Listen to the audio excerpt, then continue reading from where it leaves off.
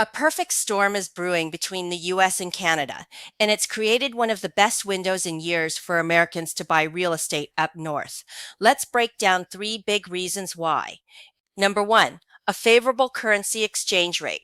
Imagine loading up an Amazon gift card. Normally, you put in $1, you get $1's worth of stuff. But today, there's a glitch in your favor. Every dollar you add actually gives you $1.38 to spend. That's essentially what's happening to American money the second it crosses into Canada right now. One US dollar currently converts to $1.38 Canadian. Compare that to when I moved to Toronto back in August 2021. A US dollar only got you $1.26 Canadian, roughly 10% less. Exchange $100,000 USD today versus 5 years ago, and you get an extra $12,000 Canadian just from timing. And for context, over the past 10 years, the average exchange rate has hovered around $1.32 to $1.34. So right now we're running well above that historical average. How long that holds is anyone's guess.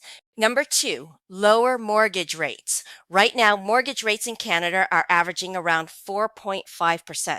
South of the border, they're closer to 6.67%. That's a gap of more than 2 full percentage points, which sounds small until you see what it actually costs you. Let's make it concrete. Say you're buying a $500,000 house with 20% down and a standard 30-year mortgage. In the US, at 6.67%, your monthly payment lands at $2,573. In Canada, at 4.5%, that same house costs you $2,017 a month, 28% less. Flip that around and it gets even more interesting. For the same monthly payment an American is making, a Canadian buyer could afford a house worth 28% more. Here's a way to think about it. A high mortgage rate is like a toll booth on the road to owning your house. Everyone's driving to the same destination, but Americans are paying a much steeper toll every single month just to get there, while Canadians cruise through paying a fraction of the price. You're not buying a different house or borrowing more money, you're just paying extra for the privilege of financing it. And unfortunately, with inflation still running hot in the US, that toll doesn't look like it's coming down anytime soon. Number three, lower vacancy rates. As of mid-2026, Canada's national rental vacancy rate sits at 3.1%. In the US, it's 7.3%. That's more than double. The land of the free and home of the brave just went through a massive building boom. After years of not building enough, developers finally caught up and then some, flooding the market with new units. At the same time, population growth is slowing and expected to do so through 2055. A handful of factors are at play. Historically low birth rates, an aging demographic where deaths are increasingly offsetting new births, an unfriendly immigration policy that has led to millions of people leaving the country.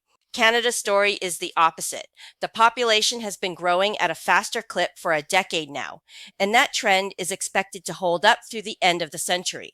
Canada has to swipe right on immigrants like there's no tomorrow to offset a low birth rate. So it's been rolling out the welcome mat instead of dumping them from cargo planes. So here's how I picture it. Imagine two apartment buildings throwing a party. American landlords saw huge demand coming and renovated a bunch of extra units to cash in. But by the time they're ready, fewer guests are actually showing up at the door. Now there are empty rooms all over the building and some just never fill up.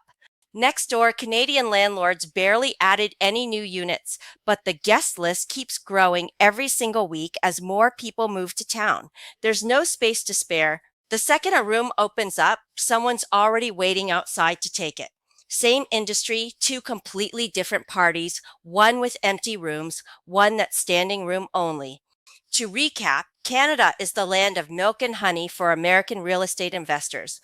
Let me help you capitalize on these cross-border gaps by subscribing to my channel. I'm on a mission to make real estate the new nail salon.